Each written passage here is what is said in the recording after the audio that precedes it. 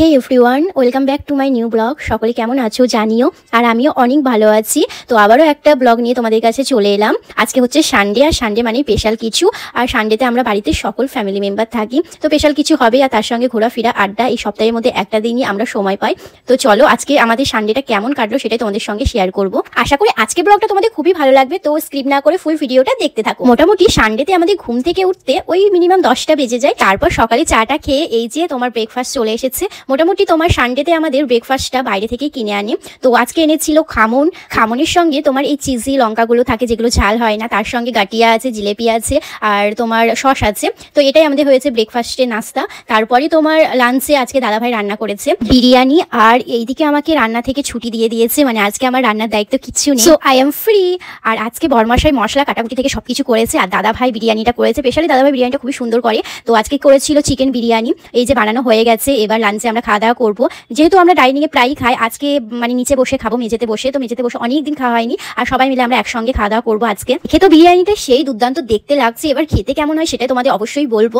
দাদাভাই অ্যাকচুয়ালি খুবই সুন্দর করে, আর আজকে কেমন হয়েছে বিরিয়ানিটা সেটাই তোমাদের বলবো। বিরিয়ানিটা খেতে কিন্তু খুবই সুন্দর হয়েছিল, আর যারা হেলদি খাবার পছন্দ করে তাদের তো খুবই ভালো লাগবে। আর রিচটা খুবই মানে মিডিয়াম টাইপে দিয়েছিল, যে খুবই রিচ হয়েছে এমনটাও নয়, খেতে কিন্তু সেই জন্য খুবই ভালো হয়েছিল। যেহেতু আমি রিচ খুবই খেতে পছন্দ করি না, মোটামুটি মিডিয়ামটা পছন্দ করি, তো মিডিয়ামটাই দাদাভাই করেছিল, খুবই সুন্দর হয়েছে। তারপর দুপুরে লাঞ্চ করে ঘুমিয়ে গেছিলাম। ঘুম থেকে উঠে এই যে আমরা ঘুরতে চলে এসেছি। এই জায়গাটা কোথায় বলো তো? আশা করি বুঝতে পারবে এটা আমি কোথায় এসেছি, আর লোকেশনটা তো সেই সুন্দর। যারা রাজকোটে গুজরাটের মধ্যে থাকো তারা অবশ্যই চিনতে পেরেই গেছো যে আমি আজ কোথায় ঘুরতে গেছি। হ্যাঁ, এটা হচ্ছে জু, মানে চিড়িয়াখানা। তো খুবই সুন্দর, আর কতটা বড় এলাকা জুড়ে যে চিড়িয়াখানাটা, সেটা না দেখলে কখনোই বোঝা যাবে না। এত সুন্দর আর এত বড় জায়গাটা যে হেঁটে হেঁটে আমার পা পুরো ব্যথা হয়ে গেছে। আর আমি চেষ্টা করবো তোমাদের ফুল ভিডিওটা দেখানোর, তো কতটা কি দেখাতে পারি সেটা তোমরা দেখতে থাকো।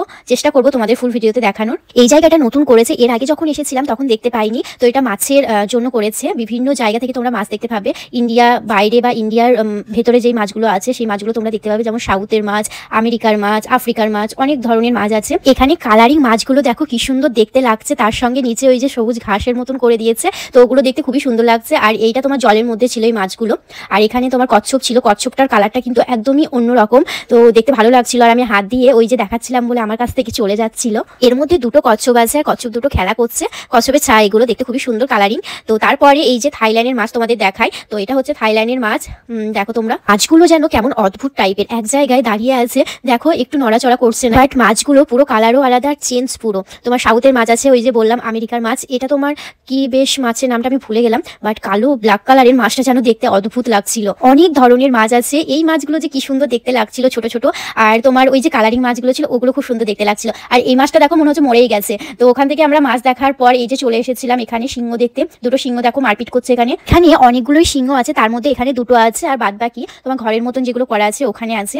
তো দূর থেকে ভিডিওটা ভালো করে আসছে না, অনেক দূরে আছে, তো আমি জুম করে ভিডিওটা তোমাদের দেখানোর চেষ্টা করছি। দেখো কেমন ভাবে মারপিট করছে সিংহ দুটো। আমি যেতে প্রায় তোমার 4-5 বার এসেছি, তারও বেশি হতে পারে, তো কম হবে না। তো অনেক দিন আগে এসেছিলাম, এই প্রায় মনে হয় 6-7 মাস পর আসছি। তোমার 1 বছরে মনে হয় অনেকবার দেখে নিয়েছিলাম বলে আর আসতে ভালো লাগতো না। তো এই তোমার 6 মাস পর মনে হয় এই এলাম।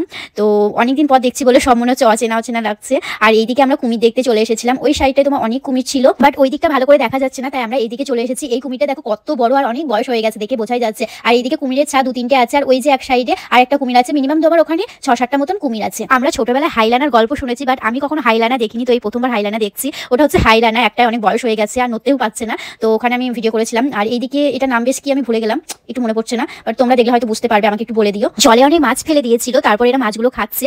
আর এইদিকে আমরা চলে এসেছিলাম প্যাঁচা দেখতে, দেখো প্যাঁচাটা কি সুন্দর দেখতে।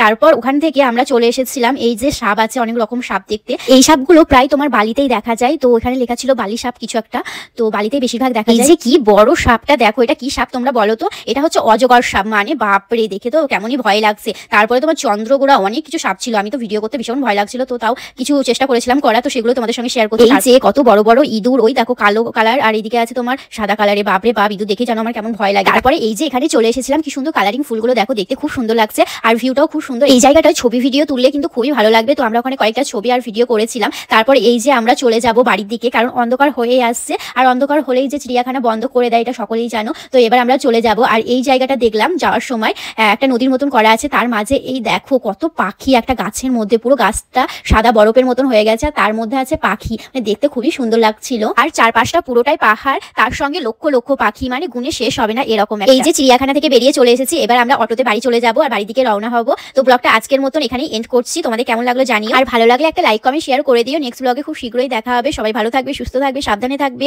এখনকার মতন সকলকে জানাই টাটা, বাই বাই।